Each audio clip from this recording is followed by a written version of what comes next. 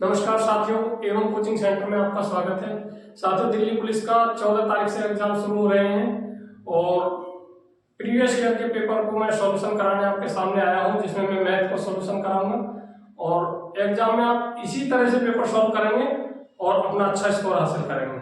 आइए शुरू करते हैं बिना कुछ देरी किए। 27 नवंबर 2020 के सेकंड शिफ्ट का पेपर है। डिस्क्रिप्शन में इसका लिंक डाला हुआ है, आप इसकी पीडीएफ डाउनलोड करके देख सकते हैं। आइए शुरू करते हैं। क्वेश्चन नंबर 1, ये बोर्डमास के नियम के अनुसार हल सॉल्व होता है। सबसे पहले इसमें ऑफ को सॉल्व करेंगे, ये इस पार्ट को सॉल्व करेंगे। ये क्या है 5.75 प्लस इसको सॉल्व करेंगे। ऑफ का मतलब होता है गुणा। 7 से 28 को डिवाइड किया तो 7 चौक 28, ये आ गया 4। 5 गुणा 4 5 चौक 20, कितना सॉल्व हुआ। आगे जुटा तो -4.5 अपॉन। अब इसमें भी पहले इसको सॉल्व करना है, लेकिन इसको सॉल्व करने के लिए पहले इसका सबसे पहले ब्रैकेट सॉल्व करेंगे। इसमें ब्रैकेट इसको हटाएंगे तो क्या होगा, 15.8 में से 3.4 गए तो ये बचा 12.4। ये ऑफ है, ऑफ की जगह क्या हो जाएगा गुणा 3/4 प्लस। अब ये सबसे पहले ये सॉल्व होगा, फिर ऑफ सॉल्व होगा, ऑफ की जगह गुणा कर दिया, ये बाद में होगा सॉल्व। 3.9 यहां तक समझ में आया। अभी सिर्फ हमने यहां से ऑफ को हटाया है, यहां से ब्रैकेट को हटाया और ऑफ को हटाया है।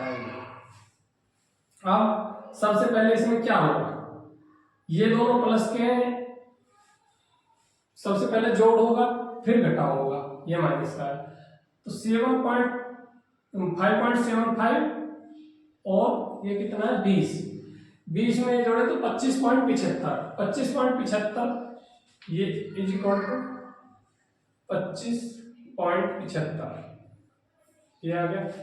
इसको 75 में 75 बोलते हैं वैसे, माइनस 4.5 अपॉन में भी इसको पहले गुणा करेंगे, इसको भी गुणा करेंगे, बाद में ये जुड़ जाएगा। इसको गुणा करेगा तो इसको 4 से डिवाइड किया, 4 तिया 12 पॉइंट ऐसे कैसे लगे, 4 एकम 4। आगे ये कितना आया, 3 में 3.1 की गुणा करी तो 9.3, इसमें इसकी गुणा होगी प्लस 5 में 2.39 की गुणा करी, 5 45 4 5 15 4 19 1 5 10 11। 25.75 में से 4.5 गई तो कितना बचा, इसको नीचे कर लेंगे। इज इक्वल टू 25.75 में से 4.5 गए, ये इसमें एक जीरो और लगा दो, पॉइंट के बाद एक अगर कोई अंक है उसको कितने जीरो लगा लो, कोई दिक्कत नहीं। 25 में से 4 गए, 25 में से 4 गए बचे 21.25 बचेगा अपॉन। इनको जोड़ लेंगे तो 5 9 3 12 हासिल 1 9 1 10 1 हासिल 11 1 1 हासिल 2, 21.25 अपॉन 21.25 डिवाइड किया तो आंसर कितना आया 1, ये इसका आंसर है। क्वेश्चन नंबर 2 है, क्वेश्चन नंबर 2 आप पढ़ लो। ये कह रहा है 2 प्रत्याशी चुनाव लड़े जिनमें उनको 3 अनुपात कितने के अनुपात में वोट मिले, 3:10 के अनुपात में, और जीतने वाले प्रत्याशी को वोट दे रखे कितने मिले, जीतने वाले को 1,56,200 जीतने वाले को मिले एक। अब इसमें देखो आप, इस एक को अनुपात में वोट मिले, एक को 3 मिले, एक को 10 मिले। अगर ये अनुपात में इनको संख्या में करना है तो एक को कितने मिले 3x, दूसरे को कितने मिले 10x। इनमें से जीतने वाला कौन है, जीतने वाला ये है जिसको 10x मिले। ये दे कितना रखा है 10x इक्वल टू दे रखे 1,56,200। 10x इज इक्वल टू 1,56,200 कितने मत बचे। तो x इज इक्वल टू कितना आ गया, x is equal to 1,56,200 upon 10, 0 से 0 कट गए, तो x इज इक्वल टू 15,620। अब वो पूछ रहा है इसमें तो कुल कितने मत डाले गए, कुल कितने मत डाले गए, कुल कितने मत डाले गए, 3x इसको मिले, 10x इसको मिले, तो टोटल कितने मत डाले गए, 10 और 3 13x, 13x की वैल्यू पूछ रहा है। 13x की वैल्यू हमारे पास आएगी, कितनी है x की वैल्यू, 15,620। इनकी गुणा कर दो, 13 0 0, 13 2 26, 13 6 78 2 80, 13 5 65 और 8 73, 13 कम 13 7 20, 2,03,060 वोट टोटल इतने वोट डाले गए थे। यही पूछ रहा है, ये इस सवाल का आंसर है। क्वेश्चन नंबर 3 में लिखा है कि 8% वार्षिक ब्याज की दर है और ब्याज अर्धवार्षिक संयोजित की जाती है, तो 2 साल का अर्धवार्षिक संयोजित की जाती है, तो 1 साल का मिश्र धन बता रहा 20,280 रुपये। क्वेश्चन ऊपर लिखा है अगर दर कितनी है 8%, 8% क्या है, वार्षिक, 8% वार्षिक, और 1 साल का मिश्र धन है 20,280 रुपये। ये इसका टोटल मिश्र धन है, मिश्र धन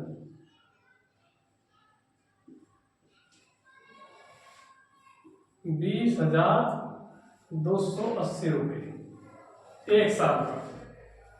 कैसे निकालेंगे, अब इसमें क्या है, अब पूछ रहा है इसमें कि 2 साल का चक्रवृद्धि ब्याज क्या होगा अगर ब्याज वार्षिक संयोजित किया जाता है। तो कुछ भी निकालने के लिए सबसे पहले हमको मूलधन चाहिए, मूलधन इसमें देने रखा, मूलधन इससे निकालेंगे।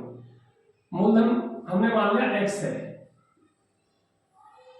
मूलधन बराबर x है, ठीक है। सबसे पहले मूलधन निकालो, फिर तो निकल ही जाएगा। अब इसमें क्या है, दर जो दे रखे वो 8% है, वार्षिक है, और दर अगर इसमें अर्धवार्षिक संयोजित होती है, ऊपर लिखा है अर्धवार्षिक संयोजित होती है, तो 1 साल का मिश्र धन इतना है। अब अगर अर्धवार्षिक ब्याज लगेगी तो अर्धवार्षिक कितनी होगी, 4%, और 4% कितने के बराबर होता है, 1/25।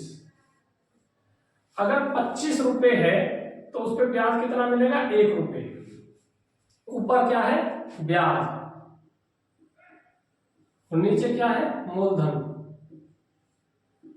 यह समझ में, अगर 25 रुपए पे 1 रुपये ब्याज मिलेगा, तो अगर 25 रुपये मूलधन है तो मिश्र धन कितना हो गया, 1 रुपये ब्याज मिलके 26, तो ये कितना हो गया, 26/25, ठीक है जी। 26/25 1 साल में हो गया। अगर कोई भी हमारे पास अमाउंट है, जैसे कि मूलधन कितना है x, अब x में अगर 26/25 से हम गुणा कर देते हैं तो ये क्या आ गया, ये आ गया 4% का जो ब्याज लगा, उसको ब्याज को लगने के बाद जो हमारे पास मिश्र धन आया, ब्याज सहित मूलधन और ब्याज टोटल आ गया। अब इस पे अगले 6 महीने में फिर 4% लगेगा, तो फिर कितना हो जाएगा, 26/25। यह समझ में कैसे करते हैं। इसके बाद ये आया है कितना, टोटल दे रखा है भाई, ये मूलधन हो गया, मूलधन का 26/25, एक 6 महीने का ब्याज से, फिर 26/25 से, तो टोटल 1 साल का ब्याज लगा के टोटल मिश्र धन इतना होगा, और इसमें कितना दे रखा है, 20,280 रुपये, ठीक। अब इसको सॉल्व कर लो तो मूलधन आ जाएगा, तो x इज इक्वल टू 20,280 गुणा 25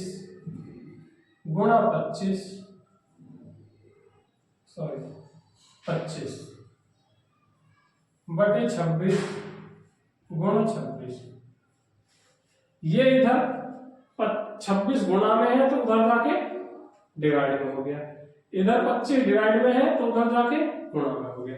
सॉल्यूशन कर लो। 26 का वर्ग 676, 676 26 गुणा 26 हो गया। इसको इससे डिवाइड करेंगे तो 6 या 18, ये आ गया 30। अब 30, अब ये आ गया 30 गुणा 25 गुणा 25, तो 30 गुणा 25 का वर्ग 625, तो बराबर कितना आ गया 0, 3 5 15, 3 दूनी 6 1 7, 3 6 18, 18,750 रुपये क्या है मूलधन। 18,750 रुपये क्या है मूलधन। अब मूलधन हमको मिल गया।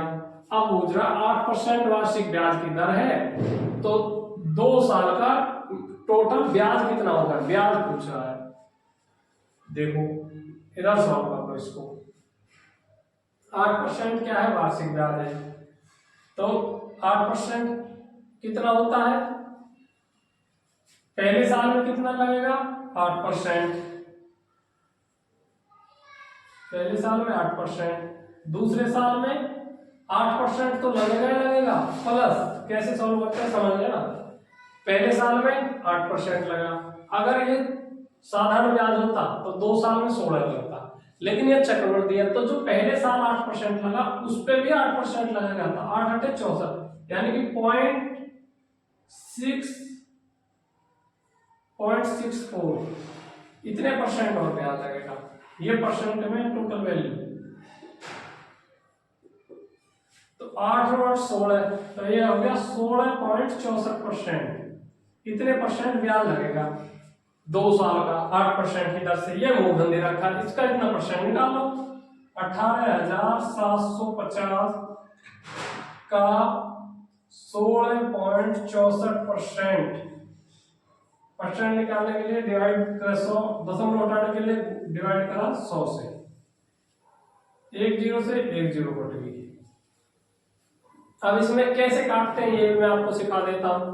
इसको काटेंगे कैसे, एक बार इसे 5 से काटो, इसे 2 से काटो, 1 0 घटा दो, ऐसे कटता है। एग्जाम में बहुत आसानी से काट लोगे आप। कैसे, 5 से इसको काटो, 5 दिया 15 है, 3 बचे, 5 7 33, 2 बचे, 5 5 25। अब 5 से कट गया, अब इसको 2 से काटो, 2 8 16, 2 3 6, 2 दूनी 4, 1 0 गई। फिर ऐसे काटो, इसको 5 से काटो, 5 7 35, 5 5 25, ठीक है जी। फिर इसको 2 से काटो, 2 4 8, 2 1 2, 2 6 12, फिर 1 0 गई, 1 0 और बच गई। फिर भी काट लो ऐसे, 5 से 75 को काटा, 5 1 5, 5 5 25, 15 आ गया। इसको 2 से काट लो, 2 दूनी 4, 0 लगा दी, 2 8 16, फिर ये 0 हो गया। अब क्या बचा, 15 गुणा 208 कर लो, इज इक्वल टू 15 गुणा 208 इज इक्वल टू 15 8 120, 1 15 2 30 और 1 31, 3120 रुपए। ये क्या आ गया इसका ब्याज, 2 साल का 8% की दर से। आया समझ में। क्वेश्चन बड़ा नहीं है, छोटी सी कैलकुलेशन है, ये समझाने के लिए आपको बताया कि कैसे सॉल्व करते हैं। बाकी तो इतना लिखने की जरूरत नहीं है, बस गुणा कर डायरेक्ट आंसर। इसमें क्या है, 4 देखना है, पहले साल में इसमें दे रखा है कि 8% वार्षिक ब्याज है और जो 6 महीने में ब्याज लगता है, तो 4% हो गया, तो इसमें 4% 1/25 होगा, डायरेक्ट 26 बचे 25 गुणा 26/25 करा, ये डायरेक्ट ये करना है बस। 26 आपको पता ही है, इधर जाके पलटेगा तो बस इज इक्वल टू 25/26 गुणा 25/26 इससे गुणा करी, ये इसका मूलधन आ गया। ऐसे ही इसमें डायरेक्ट 16.64 से गुणा करी, 100 से डिवाइड कर दिया, ये डायरेक्ट आंसर आ गया। Next question number 4। Question number 4, किसी वृत्त की त्रिज्या अगर 10% बढ़ा दी जाए तो उसका क्षेत्रफल कितने प्रतिशत बढ़ेगा। बहुत ही आसान सवाल है, मैं समझाता हूं कैसे करते हैं इसको सॉल्व। त्रिज्या कितनी दे रखी है, वृत्त की त्रिज्या दे रखी है अगर उसको 10% बढ़ा दिया जाए, कितने 10% बढ़ा है तो उसका क्षेत्रफल कितने प्रतिशत बढ़ेगा ये पूछ रहा है।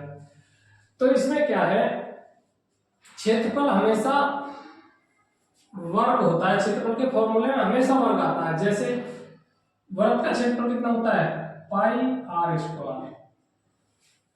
अब इसमें बढ़ा क्या रहा है, आर क्या है, त्रिज्या। अब त्रिज्या को बढ़ा रहा है, ये क्षेत्रफल से ये सवाल को सॉल्यूशन होता है, तो फॉर्मूले से। क्षेत्रफल का फॉर्मूला क्या है ये, तो फॉर्मूले से सॉल्व होता है। अगर इसको पाई को बढ़ाता तो पाई का मान बढ़ाता तो जू का तो ही रहता क्षेत्रफल। पाई का मान जितना बढ़ाएगा उतने पर, हमने पाई का मान 10% बढ़ा दी तो क्षेत्रफल का मान भी 10% बढ़ाएगा। आगे समझ में क्या कह रहा हूं मैं।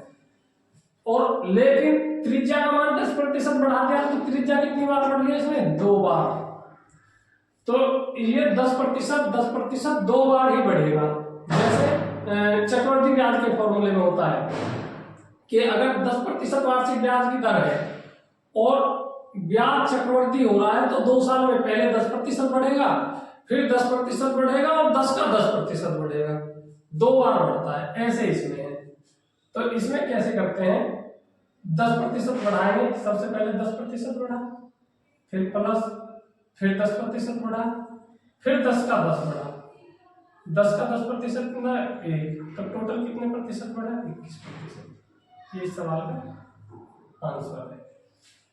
इसको सॉल्यूशन करने का एक और भी तरीका है, कैसे करते हैं आइए बताता हूं।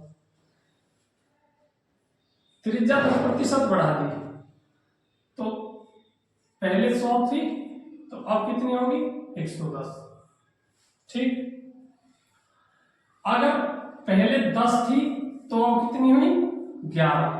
ठीक, 1 0 घटाई तो दोनों से, अब दोनों का वर्ग कर दो।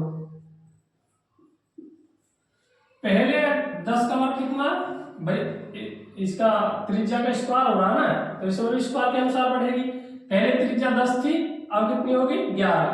10% बढ़ी ना, 10 का 11, 10% 10 का 10% 1 होता है, 10% इसमें बढ़ाया तो 11 हो गया। अब क्षेत्रफल स्क्वायर में बढ़ेगा तो 10 का स्क्वायर 100 और 11 का स्क्वायर 121। तो पहले क्षेत्रफल अगर 100 था तो अब क्षेत्रफल कितना है, 121। अब 100 से कितनी बढ़ी, 21 बढ़ी, और प्रतिशत 100 में निकलता है तो इसमें प्रतिशत निकालने की जरूरत नहीं है, तो डायरेक्ट कितना है, 21%। ये इस सवाल का आंसर 5। इसमें कह रहा है कि उस समचतुर्भुज का क्षेत्रफल क्या होगा जिसका विकर्ण 12 और भुजा 10 है। विकर्ण 12 कौन सा दे रखा है, छोटा विकर्ण 12 है। समचतुर्भुज सबसे पहले तो इस सवाल को सॉल्व करने के लिए सॉल्व जो क्वेश्चन इतना बड़ा नहीं है, क्वेश्चन इतना बड़ा नहीं है ना, इतना डिफिकल्ट कि आपको समझ में नहीं आए, लेकिन आपको पता होना चाहिए कि समचतुर्भुज क्या होता है। समचतुर्भुज किसे कहते हैं, समचतुर्भुज, अभी मैंने एक और चीज देखी है कि बहुत से लोग ये कहते हैं कि दिल्ली पुलिस में जो है ये नहीं है कि आज का क्षेत्रफल वगैरह और ये मेंसुरेशन क्षेत्र में थी, ये करने की जरूरत नहीं है, ना ट्रिग्नोमेट्री ज्योमेट्री, लेकिन इन सब चीजों का यूज हो जाता है क्वेश्चंस के बीच में, छोटा छोटा सा, जैसे भी इसमें होगा। समचतुर्भुज उसे कहते हैं जिसकी सारी भुजाएं बराबर होती हैं, और सारी भुजाएं बराबर तो वर्ग में भी होती हैं। सारी भुजाएं बराबर किसमें, वर्ग में भी होती हैं। ये हो गया वर्ग, इसमें भी तो सारी भुजाएं बराबर है। अब इसमें और इसमें फर्क क्या है आपको दिख भी रहा होगा क्लियर। ठीक, समचतुर्भुज में ये खासियत होती है कि इसके जो विकर्ण है यहां से यहां तक और यहां से यहां तक, ये तो 90 डिग्री पे ही टच होते हैं, लेकिन इसकी ये जो भुजाएं है आपस में 90 डिग्री का कोण नहीं बनाती ये। ठीक, और वर्ग में ये भी 90 होता है, चारों तरफ ये भी 90 होते हैं और ये भी 90 होता है। तो समचतुर्भुज और वर्ग में पहले तो मैंने फर्क समझा दिया आपको। अब क्वेश्चंस पे आते हैं। क्वेश्चन में कह रहा है कि इसकी सभी भुजाएं कितनी है? 10। ये भी 10 है, ये भी 10 है, ये भी 10 है, ये भी 10 है। अब इसका क्षेत्रफल पूछ रहा है, तो इसका क्षेत्रफल निकालने का सबसे आसान तरीका क्या है? भाई हमको समकोण त्रिभुज अगर मिल जाए तो उसमें हम दो भुजा पता हो तो तीसरी भुजा बड़ी आसानी से निकाल सकते हैं। पाइथागोरस में आधार कार्ड गुणा लंबकार्ड बराबर कर्ण का, इस फॉर्मूले से। अब वो कह रहा है छोटा विकर्ण जो है वो 12 है, यहां से यहां तक छोटा विकर्ण है, ये 12 है। तो ये कितना हो गया? यहां से यहां तक आधा 6। ठीक, ये समझ में आया? अब ये 6 है, ये 10 है, तो आधार का वर्ग, ये कर्ण का वर्ग माइनस आधार का वर्ग बराबर लंब का वर्ग आ जाएगा। ये 6 है, 10 है, तो ये कितना होगा? ये होगा 6 10, तो ये होगा 8। कैसे पता चला आपको बताता हूं। पाइथागोरस की वो है 3 4 5।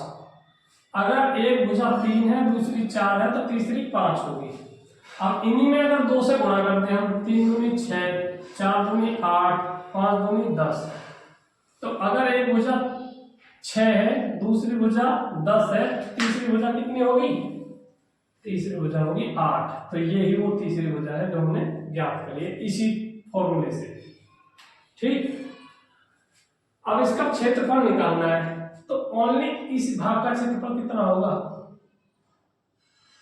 ये त्रिभुज है समकोण त्रिभुज, समकोण त्रिभुज का क्षेत्रफल कितना होता है? समकोण त्रिभुज का क्षेत्रफल होता है, समकोण त्रिभुज का क्षेत्रफल बराबर आधार गुणा ऊंचाई बटे 2। यही होता है समकोण त्रिभुज का क्षेत्रफल। तो समकोण त्रिभुज का क्षेत्रफल इक्वल टू आधार कितना है इसमें? 6, ऊंचाई 8, या आधार से ऊंचाई, इसको बोलना, इस चीज से कोई फर्क नहीं पड़ता।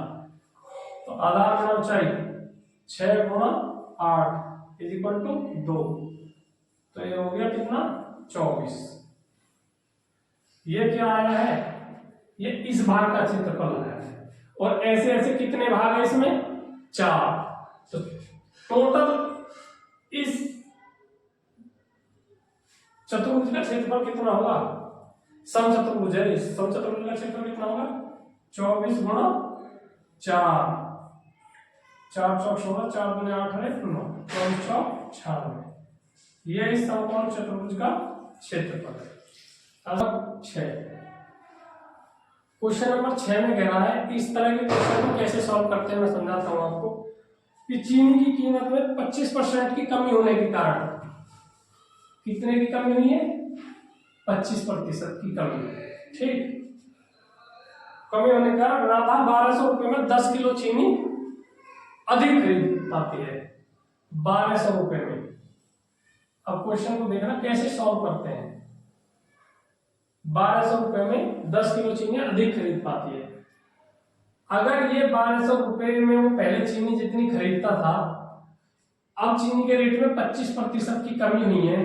अगर अपने पैसों में भी वो 25% की कमी कर देता, यानी कि वो 900 रुपए में खरीदता, तो चीनी उतनी ही मिलती जितनी उसको पहले मिलती थी।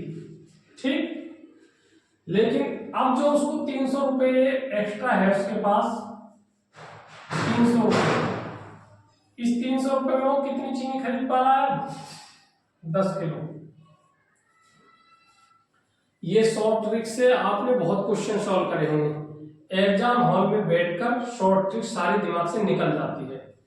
क्वेश्चन में समझा रहा हूं, इतना साधारण तरीका आपको बता रहा हूं कि क्वेश्चन में गलती होने के कोई चांस ही नहीं रहेंगे एग्जाम हॉल में। तो आप इसी तरीके से क्वेश्चन को सॉल्व करेंगे। मैन पावर का यूज कीजिए। क्या कह रहा है वो कि चीनी की कीमत में 25% की कमी हुई। थोड़ा सोचो, क्वेश्चन सॉल्व करने के लिए पेन चलाने की जरूरत नहीं है, ऐसे आंसर बता दोगे आप। पहले सॉल्व करना सीख लो थोड़ा सा। अगर 25% की चीनी के मूल्य में कमी हुई है तो 1200 रुपए में 10 किलो चीनी अधिक खरीद पाता है। अगर वो अपने मूल कीमत में भी 25% की ही कमी कर देता तो चीनी जितनी पहले खरीदता था उतनी अब खरीद पाता। ठीक है, लेकिन 10 किलो जो चीनी फालतू आ रही है वो किस कारण आ रही है कि उसने ये कीमत जो की तू रखी, यानी कि 25% अगर इसको कम करता तो 900 हो जाती। ये तो पता होगा कैसे निकालते हैं ये 25% कम। 1200 का 25%, 1200 गुना 25/100, 2 जीरो से 2 जीरो कटेगी। 12 गुना 25,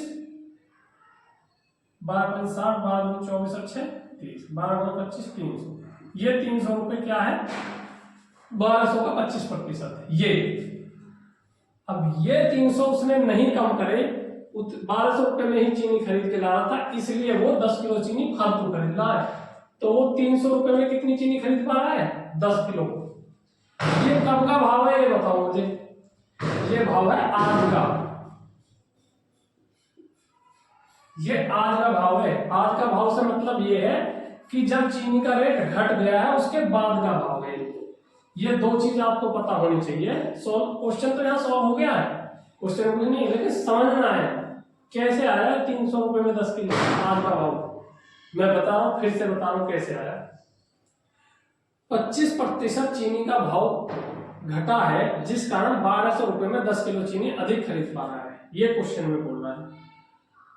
25% अगर चीनी का भाव घटा है, अगर वो अपनी जो उसके पास पैसे थे उसमें से भी 25% अपने जेब में दूसरी में रख लेता, कम कर लेता, तो उसके पास 300 रुपए वो बचते जिनको कम करता, तो 900 रुपए में चीनी खरीदता। 900 रुपए में उतनी ही खरीद पाता जितनी पहले 1200 में खरीदता था। इस बात से हमें कोई मतलब ही नहीं है। हमें मतलब इस चीज से है कि जो उसके अब ये 300 रुपए है, जो 1200 का 25% है, उसमें आज वो 10 किलो चीनी खरीद पा रहा है, जब तो 10 किलो ज्यादा आ रही है। और आज अगर 300 रुपए में 10 किलो खरीद रहा है तो चीनी का भाव क्या है आज, 30 रुपए किलो भाव है चीनी का, 30 रुपए किलो, ये आज का चीनी का भाव है। और वो चीनी की मूल कीमत पूछ रहा है। 30% जो आज का भाव है तो मूल कीमत कितनी है, यानी कि ये 25% कम होने के बाद है 30, ये 25% कम होने के बाद है, तो ये कितने प्रतिशत है, 75%। और मूल कीमत कितनी है, 100%। 25 चौका 100, 25 3 75, 3 धाम 300, 10 चौक 4। तो मूल कीमत कितनी थी, पहले की चीनी थी 40 रुपए किलो, और अब चीनी कितनी है 30 रुपए किलो। आंसर क्या है हमारा 40, क्योंकि वो चीनी की मूल कीमत पूछ रहा है। आगे क्वेश्चन समझ में। Next question number 7। Question number 7 में क्या कह रहा है, 3 वस्तुओं की प्रति वस्तु 200 रुपए में खरीदी गई। अगर 3 वस्तु 200 रुपए की एक है तो टोटल कितने में खरीदी गई, 600 रुपए में। एक वस्तु को 12.5% हानि पर बेच दिया, ये 600 रुपए में खरीदी है, ठीक है जी, 600 रुपए में खरीदी है, 200 200 200 में, ठीक है जी। अब एक को कितने में मिलेगा, 12.5% हानि पर, 12.5% हानि पर, यानी 200 रुपए में अगर खरीदी है, ये भी 200 में खरीदी है, ये भी 200 में खरीदी है, ठीक है जी। तीनों 200 200 रुपए में खरीदी है। एक को उसने 12.5% हानि पर बेच दिया, 12.5% हानि पर बेच दिया, यानी कि 175 रुपए में बेच दिया। कैसे निकालते हैं 12.5%, फिर से देख लो, अभी पिछले क्वेश्चन में बताया था। 200 का 12.5%, 200 गुणा 12.5/100, 100 से 2 जीरो कट गई, 12.5 गुणा 2 25, तो 200 का 12.5% 25 रुपए हो गया। और अगर 12.5% हानि पर बेच दिया तो 175 रुपए में बेच दिया। अब वो कह रहा है तो 2 वस्तुओं को उस मूल्य पर बेचा गया जिससे पूरे सौदे में 20% का लाभ हो, तो 2 वस्तुओं पर होने वाला लाभ प्रतिशत ज्ञात कीजिए। पूरे सौदे में कितने प्रतिशत का लाभ हुआ, 20% का। 600 का 20% कितना हुआ, 600 का 20%, 600 का 20% हुआ 600 गुणा 20/100, 600 का 20% हुआ 120, और 120 लाभ पर बेच दिया, यानी 720 रुपए में उसने बेच दिया। टोटल 720 में बेचा था तीनों वस्तुओं को, एक को कितने में बेच दिया 175 में। माइनस कर लो, 10 में से 5 गए 5, यहाँ 11 में से 7 गए 4, यहाँ 6 में से 1 गया 5, 545 रुपए में शेष दोनों वस्तुओं को बेचा है। और इनका प्रतिशत लाभ गुजरा है। प्रतिशत लाभ कैसे निकालेंगे? दोनों वस्तु 400 रुपए में खरीदी, 545 में बेची, तो लाभ कितना हुआ 145। तो प्रतिशत निकालने के लिए लाभ गुना 100/300, ये फॉर्मूला है, याद रखना। लाभ प्रतिशत बराबर लाभ गुना 100/300, यानी कि जिस पर खरीदा है। तो प्रतिशत निकालना है हमें, तो लाभ प्रतिशत तो इसी फॉर्मूले में रख दो। देखो समझाने के लिए कर रहा हूँ। लाभ प्रतिशत बराबर लाभ कितना है 145 रुपए का, 145 रुपए का लाभ है, क्योंकि 545 में उसने बेची है, 400 में खरीदी थी, तो लाभ 145 का है। 145 गुणा 100/, किराया कितना है 400 रुपये, 400 में खरीदी थी, 2 0 से 2 0 घटे, तो इसको 4 से भागे, 4 3 12 13 14, 4 6 24, 4 2 8,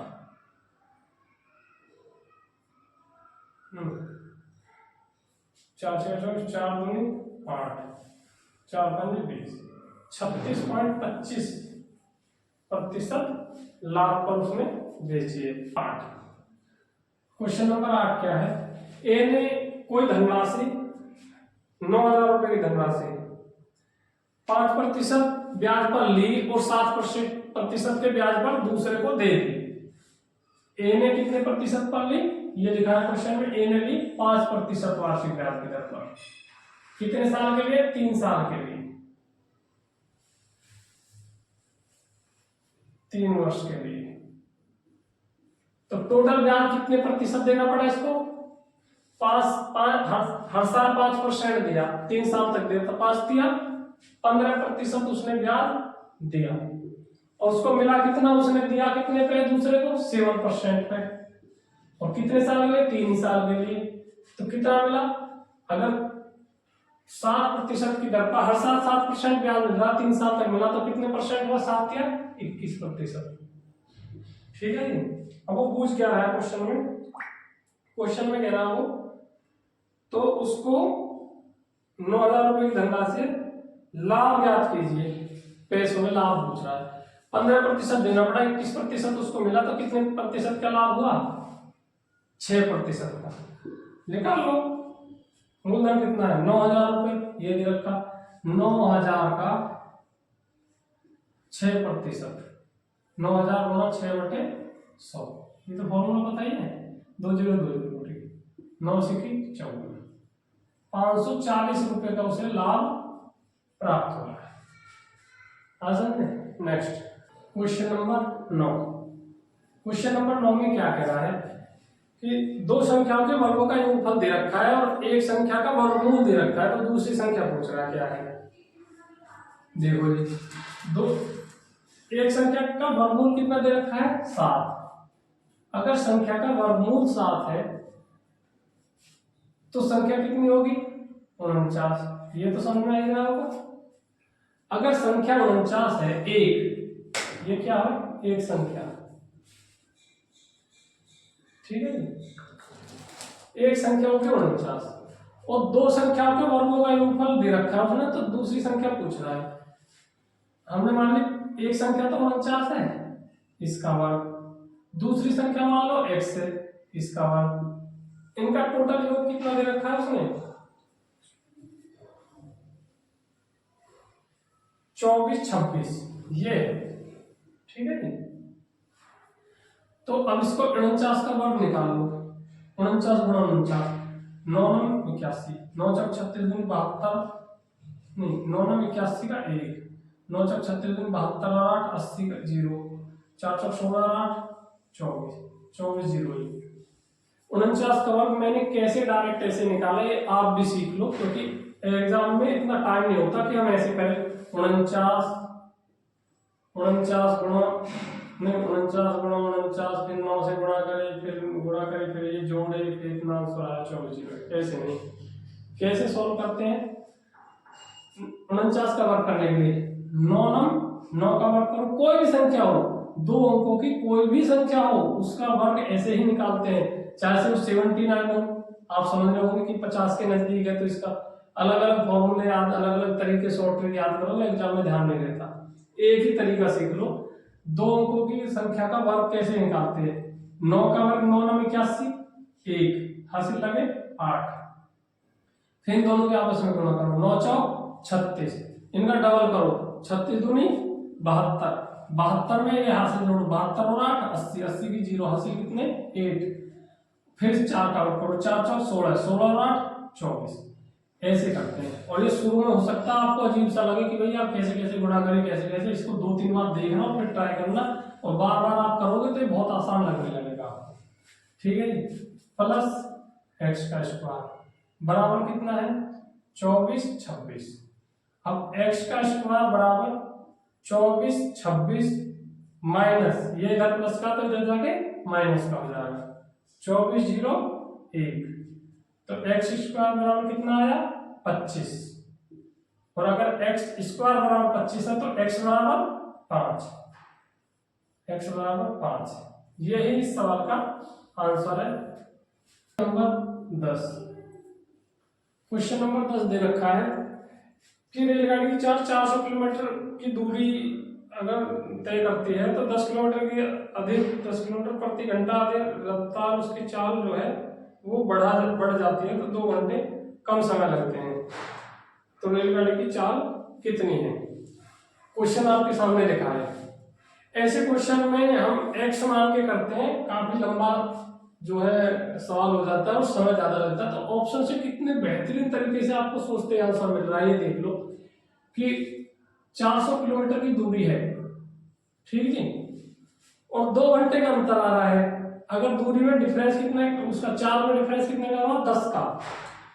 अब चाल उसकी वो पूछ रहा है, ऑप्शन में दे रखा है 40 कितने का 40 25 35 और 30, 40 25 35 और 30 ये ऑप्शन है।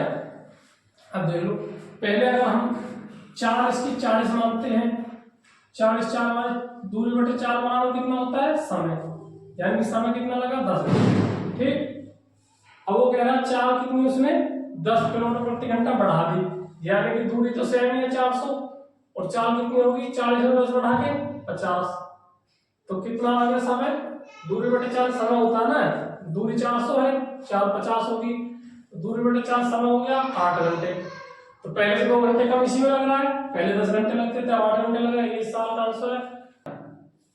क्वेश्चन नंबर 11 क्या कह रहा है कि 12 21 और 35 से विभाजित करने पर समान शेषफल 2 प्राप्त हो। तो 12 21 35, 12 21 35।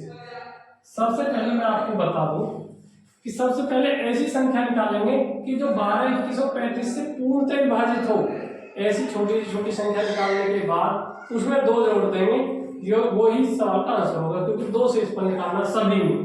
तो इसका एलसीएम निकालने के लिए कैसे करते हैं, एलसीएम कैसे निकालते हैं, 2 तरीके बताऊंगा, दोनों तरीकों को समझना, दोनों तरीके तुम्हारे काम आएंगे। सबसे पहले जैसे हम छोटी क्लास में करते थे, सबसे पहले 2 से काटो, 2 6 की 12 21 35, फिर 2 से काटो, 2 3 6 21 35, फिर 3 से काटो, 3 1 3 3 7 21 3 35, फिर 7 से काटो, 1 1 5 नहीं 5 से काटेंगे, 5 से 1 7 7, अब 7 से काटो, 1 1 1, तो इसका आंसर कितना आ गया 2 गुणा 2 गुणा 3 गुणा 5 गुणा 7, 2 गुणा 4 के बराबर 7 7 420, ये इसका एलसीएम आ गया। अब एलसीएम निकालने का दूसरा तरीका जो मैं बता रहा हूं कैसे करते हैं। 12, 21, 33, 12 का टुकड़े करेंगे पहले, 3 गुणा 4 गुणा 3 गुणा 4, 21 के करेंगे 3 गुणा 7, 33 के करेंगे 5 गुणा 7, ठीक जी। तो इसमें 3 आ गया, 4 आ गया, 5 आ गया और 7 आ गया। तो इसमें सब में से एक लेते हैं। कैसे कैसे? 4 तक 20 और 7 के 21 दूनी 42, 4 कैसे कैसे आएगा? 3 एक बार आ गया, एक ही बार 4 लेंगे, एक ही बार 5, एक ही बार 7, ठीक है जी। तो 420 इसका एलसीएम आ गया। अब सवाल पे आते हैं। अगर 420 एलसीएम आ गया तो 420 ऐसी संख्या है जो आप 12 से डिवाइड करोगे तो पूरा पूरा डिवाइड हो जाएगी, 21 से डिवाइड करोगे तो पूरा पूरा डिवाइड हो जाएगी, 35 से डिवाइड करोगे तो पूरा पूरा डिवाइड हो जाएगी, कोई शेषफल नहीं होगा। तो अब हमको क्वेश्चन में क्या है कि ऐसी संख्या बताओ जो 12, 21 और 35 से डिवाइड करने पर दो शेषफल आए। तो इसमें 2 जोड़ दो, 422। अब ये ऐसी संख्या है कि आप 12 से 21 से 35 से किसी से भी डिवाइड कर लो, इसमें शेषफल हमेशा 2 आएगा। ये इस सवाल का आंसर है।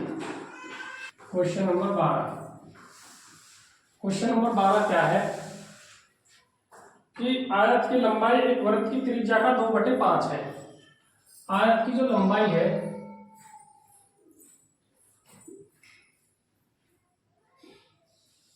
आयत की लंबाई वो वृत्त की त्रिज्या का 2/5 है।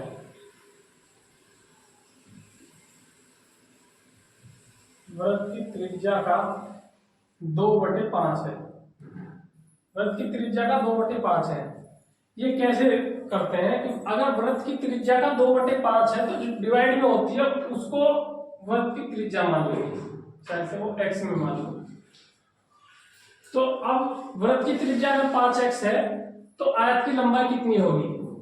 वृत्त की त्रिज्या अगर 5x है और आयत की लंबाई पूछ रहा है तो वृत्त की त्रिज्या का कितना है, आयत की लंबाई कितनी दे रखी है क्वेश्चन में आयत की लंबाई दे रखी है, वृत्त की त्रिज्या का 2/5 है, गुणा 2/5, 5 से 5 कट गया तो कितना है 2x।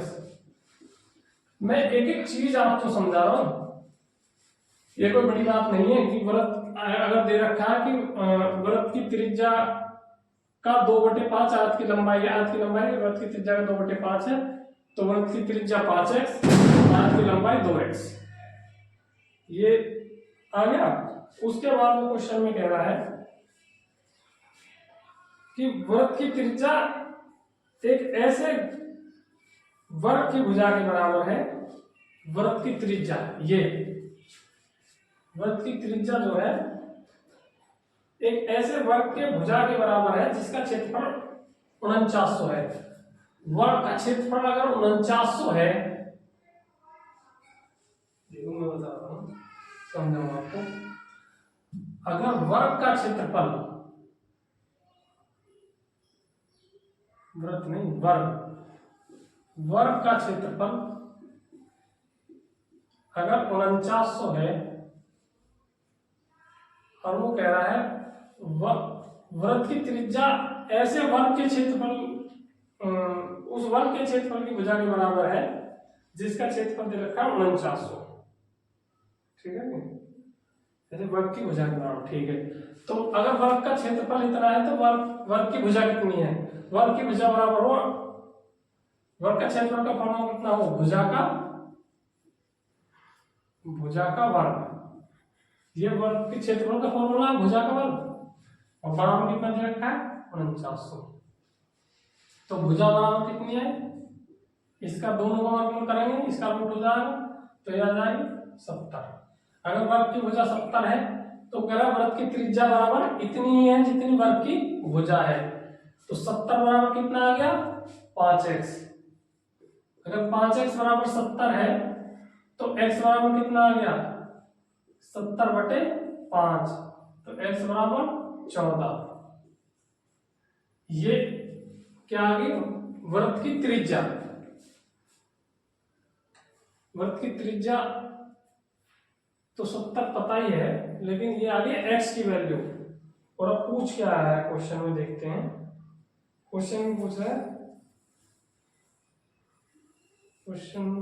है, नोट करना ये है, इस आयत की चौड़ाई, यदि आयत की चौड़ाई 20 है तो उसका क्षेत्रफल ज्ञात कीजिए।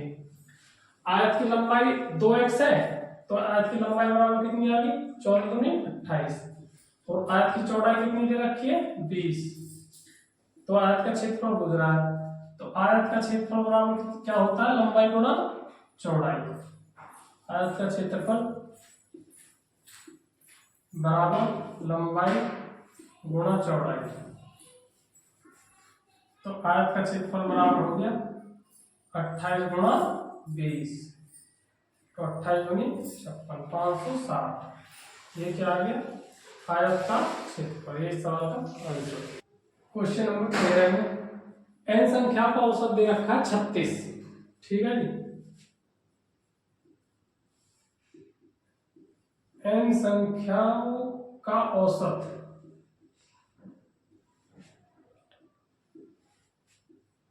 कितना दे रखा है, 36। अब ये औसत है n संख्याओं का।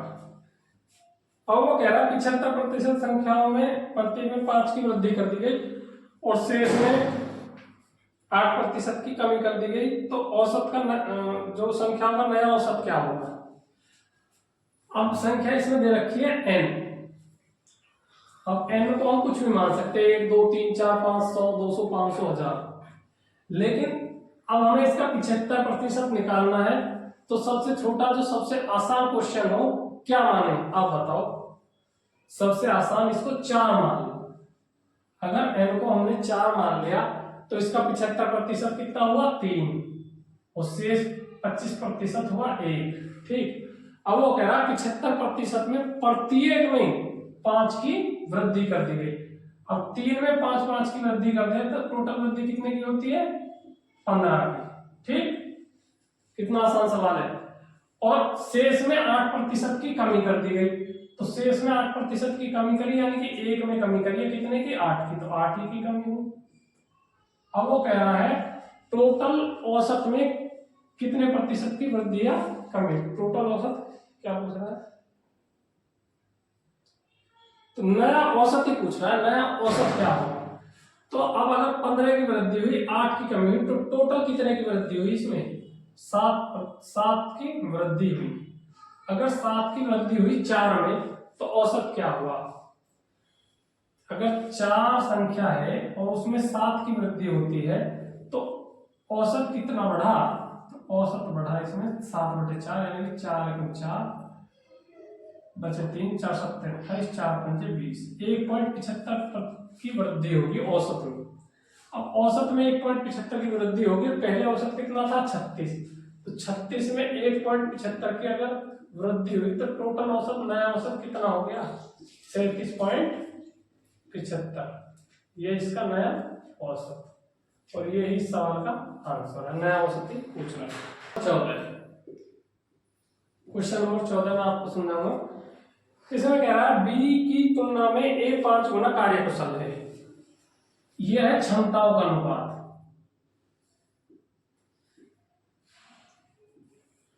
बी की तुलना में ए, ये हो गया ए, ये हो गया बी।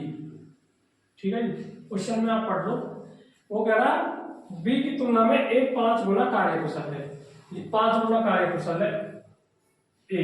ठीक है जी, तो अगर बी एक काम करता है तो ये कितने काम करेगा, 5, जब तो 5 गुना कार्यकुशल है। ये क्षमता का अनुपात है इनका, यानी कि 1 किलो मिट्टी ढोता है तो 5 किलो ढोता है, 5 गुना इसकी क्षमता है। अब क्वेश्चन में कह रहा है वो, यदि ए कार्य को पूरा करने में बी से 52 दिन कम लेता है। अब दिन, मैं ये कह रहा हूं कि आपको हमेशा याद रखना है, ये समय तथा कार्य जो है चैप्टर है, इसमें क्षमताओं का अनुपात दिनों के अनुपात का उल्टा होता है। अगर ये क्षमता का अनुपात 5:1 है, तो दिनों का अनुपात 1:5 होगा। कैसे होगा थोड़ा सा समझा भी देता हूँ, आपकी समझ में आ जाए तो आ जाएगा समझ में। तो सब क्षमता, अगर ये 5 किलो वजन ढो रहा है, ये 1 किलो ढो रहा है। अब टोटल हमने मान ली, टोटल 5 ईंट छत पे ले जाएंगे, ठीक है जी। और एक दिन में एक ही चक्कर मारेगा हर आदमी, ठीक।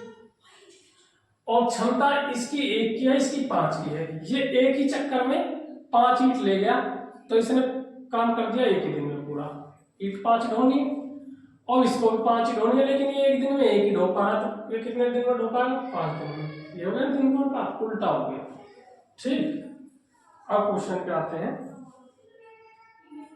दिनों का अनुपात आ गया। अब है एक कार्य को पूरा करने में 20 से 52 दिन कम लेता है, ये दिनों का अनुपात है। अगर ये 1 दिन ले रहा है तो ये 5 दिन ले रहा है। अब इन दोनों का डिफरेंस जो है वो 4 का है, 4 का है इन दोनों का डिफरेंस। और वो कह रहा है कि 52 दिन का डिफरेंस है। अगर एक भी को से काम करने में 52 दिन कम लेता है, तो 52 से करने के लिए इसमें कितने से गुणा करनी पड़ेगी? 13 से, 13 से गुणा करनी पड़ेगी। तो इनमें सब में 13 से कर दो, इसमें भी 13 से कर दो, इसमें भी 13 से कर दो, 13 हो गया। इसमें भी 13 से कर दो, 65 हो गया। यानी कि ये 13 दिन लेता है, ये 65 दिन लेता है, लेकिन तो ये 52 दिन का डिफरेंस हो गया। अब वो कह रहा है दोनों एक साथ मिलकर कार्य करो, कार्य कितने दिनों में पूरा कर लेंगे। ये किसी काम को 13 दिन में कर रहा है, ये 65 दिन में कर रहा है, दोनों उस काम को कितने दिन में करेंगे? 13 गुना 65 बटे 13 प्लस 65,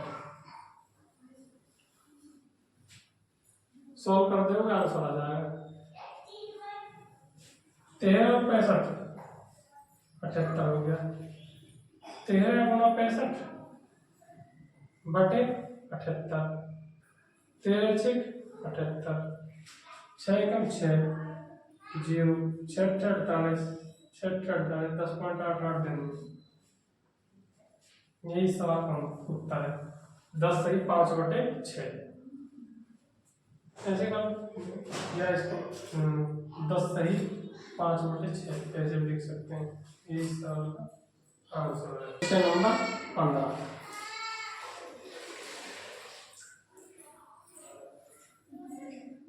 क्वेश्चन में कह रहा है कि एक दुकानदार अपनी वस्तु पर कितने 20% अधिक मूल्य अंकित करता है। 20% अधिक मूल्य अंकित करता है। 3/4 वस्तुओं को अंकित मूल्य पर बेच देता है और शेष को अंकित मूल्य पर 30% की छूट देकर बेचता है।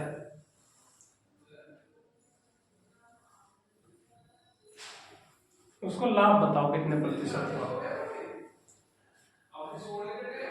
3/4 यानी कि टोटल वस्तु मान लो उसके पास 4 है। पहले भी मैंने क्वेश्चन में बताया था, सॉल्व करने के ये तरीके होते हैं जिससे आपकी गलती नहीं होती। क्वेश्चन में गलती होने की संभावना बिल्कुल 0। टोटल वस्तु 4 है और उसने 100 रुपए में खरीदी, 120 लिख दिया। अब वो कह रहा है 100 रुपए में खरीद दिया, लेकिन टोटल कितने में खरीदी उसने? 400 में। 400 उसने खरीदी और इस पे भी 120 लिख दिया, इस पे भी 120 लिख दिया, इस पे भी 120 लिख दिया, इस पे भी 120 लिख दिया। अब अगर 3/4 को अंकित मूल्य पर बेच दिया, यानी कि इन तीनों को अंकित मूल्य पर बेच दिया। 4 का 3/4 कितना होता है? 3, इसीलिए तो 4 आना है। तो ये कितने में बेच दी? 360 में। और यार जो बची उसको अंकित मूल्य पर 30% की छूट पर बेच दिया। अंकित मूल्य 120 आई, 30% छूट पर बेच दिया, इसको कितने में बेचा? 70% में। 120 का 70%, 70 बटे 100, 0 कट गई। तो ये कितने रुपए में बेची उसने? 84 रुपए में। ये बेच दी 84 रुपए में टोटल। अब वो कह रहा है तो उसका लाभ हानि बताना है, और वो भी प्रतिशत में। तो टोटल ये कितने बेची? 4 8 14 3 और 4 444 है। 444 में उसने बेच दी और खरीदी कितने में थी? 400 में।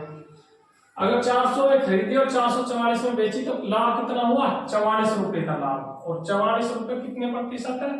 लाभ गुना 100 क्रय मूल्य। क्रय मूल्य कितना? 400।